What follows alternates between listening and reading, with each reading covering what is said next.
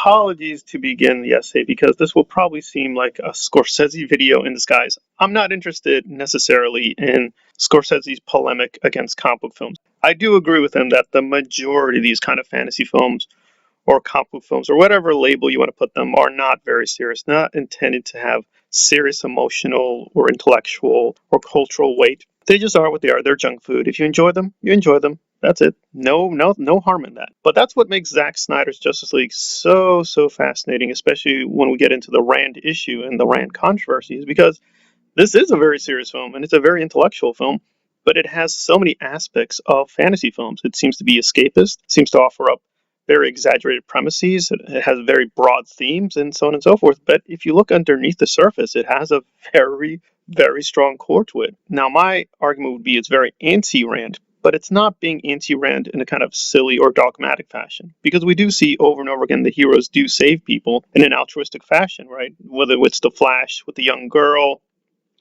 or Cyborg, the way he tracks that young woman and looks at her and sees her poverty and then tries to relieve it.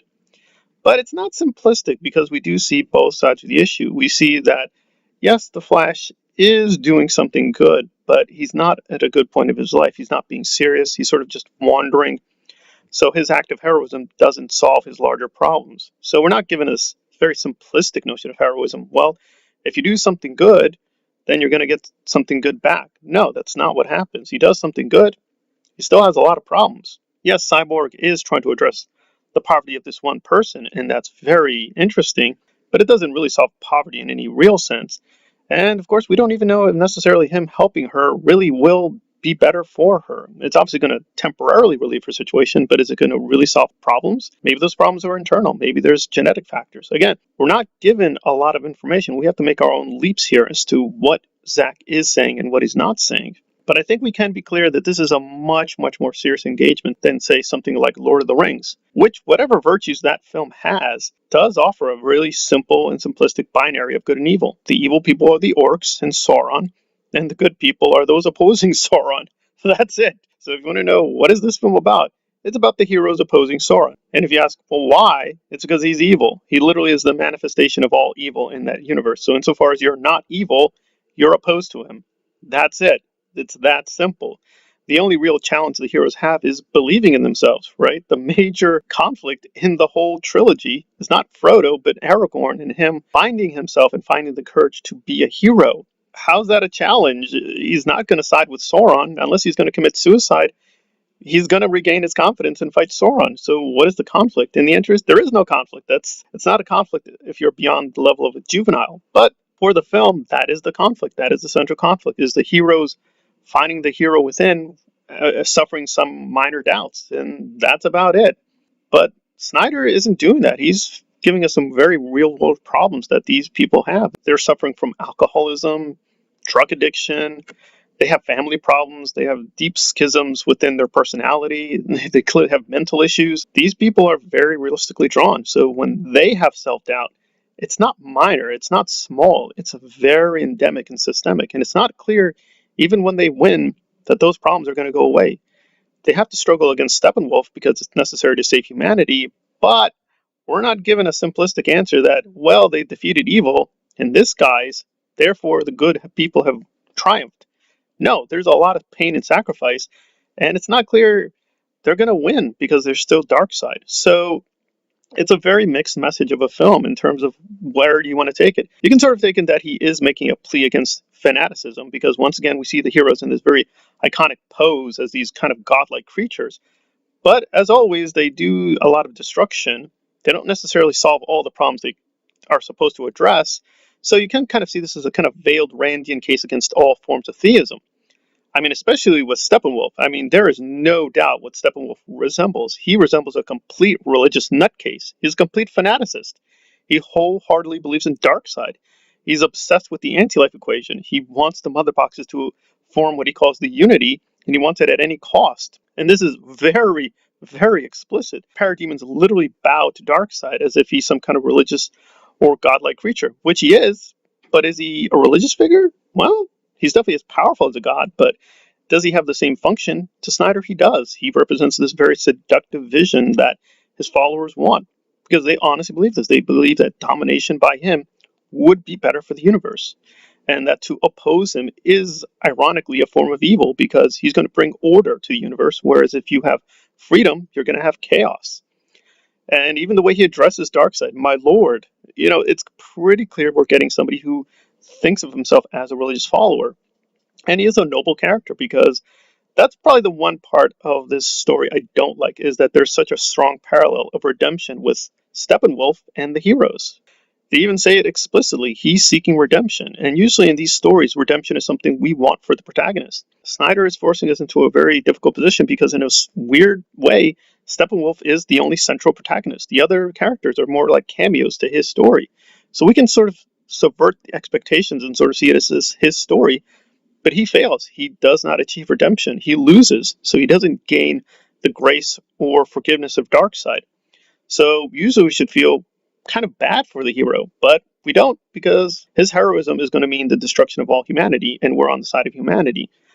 But we do see a lot of the evil side of humanity in terms of the bureaucracy, in terms of these rules, in terms of the unfairness, in terms of just how cosmically life treats everybody very harshly. So it does seem that the vision Darkseid has of order is not totally lunatic or stupid or malevolent. There is a reason people want to believe in this, and we're given enough reasons that even rational creatures like Steppenwolf, because he does have emotions, he does feel things.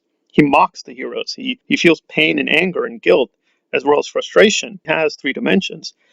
You kind of wish we were given a little bit more backstory as to what he did to betray Darkseid or how they think he has fallen from grace. But we're given enough that this is a kind of a religious figure.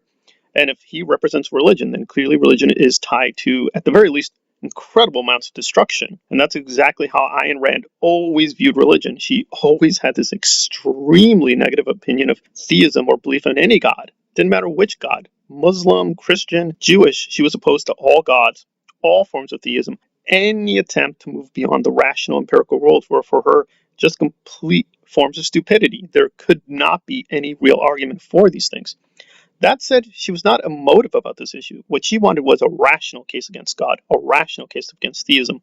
And that's not what Snyder's doing. He's providing a very emotive case about why what Darkseid represents is wrong, but it's not intellectual, because intellectually you could actually mount a very strong case for Darkseid. Because, again, as a lot of the heroes confess, like Aquaman, they're being forced to do things due to a family legacy. They don't want to do these things. They're being forced by their parents and their parents' actions. They don't technically owe the world anything. They're the victims. And yet they have to overcome that kind of self-doubt as well as that anger at being sort of cursed with these powers and still try to help humanity. And again, you can look at it the other way around, that they really do anything that was good at the end of the day. And that's what people don't like about Snyder. Even when the heroes triumph, are we actually supposed to be with them? Because you sort of think about it. They didn't save that many people. They didn't help that many people. This crisis is really localized to mainly super beings. They're the main victims and antagonists and protagonists. It doesn't involve most civilians. So aside from the few civilians that Steppenwolf kidnaps, who did they really help? But again, I think that's what's always interesting about Snyder, is that he's forcing us into these very weird categories, but not in the usual respect. Because with Kubrick films or with Hitchcock films, those films are very emotive and very funny, but they are insanely intellectual. They're just filled with paradoxes and puzzles and all these narrative gaps, and it's kind of forcing your brain to work overtime to always uncover all these hidden secrets. I don't think Justice League is a stupid movie by any means. There's a lot of paradoxes and puzzles there, but they're not as hard to get to because the dialogue, the scenes, the lighting, and the images are going to do a lot of the work for you if you pay attention. So it's not a deep film in the Scorsese sense. It would still be too shallow from his standpoint, but I think from any ordinary standpoint, this is mounting quite a challenge of how we think of superhero films and fantasy films, that they don't have to be stuck in this kind of ghetto of just very simplistic themes or only very deterministic answers. Well, of course the good guys have to win. They always have to win in these films. Not necessarily. In a lot of ways, Steppenwolf is, quote, good from his point of view. Again, from the religious fanaticist point of view. If you are an Ayn Rand's disciple, this is really a treasure trove because it does show this very strong case against theism, but it doesn't do it in the Randian sense. It doesn't rely purely on rational or intellectual arguments. It relies on a very emotive connection we have with the heroes and their families and friends, and saying that's the reason they need to fight. It's not necessarily for a self-interested reason or necessarily for a larger ideological reason of, oh, the good It's for this very personal, emotive connection that they have to others, which is something that Rand completely rejected. You should only do things for yourself, for the individual. It should be only your individual autonomy. And that's something that clearly the film rejects. Now, what it puts in its place, I think that we can definitely argue about. It's not clear what Snyder would replace with this kind of extreme individualism. And I think his new film, The Army of the Dead, only shows how deeply dedicated he is to showing how groups are in conflict. But what's going to resolve their conflicts, that I don't think he's fully answered.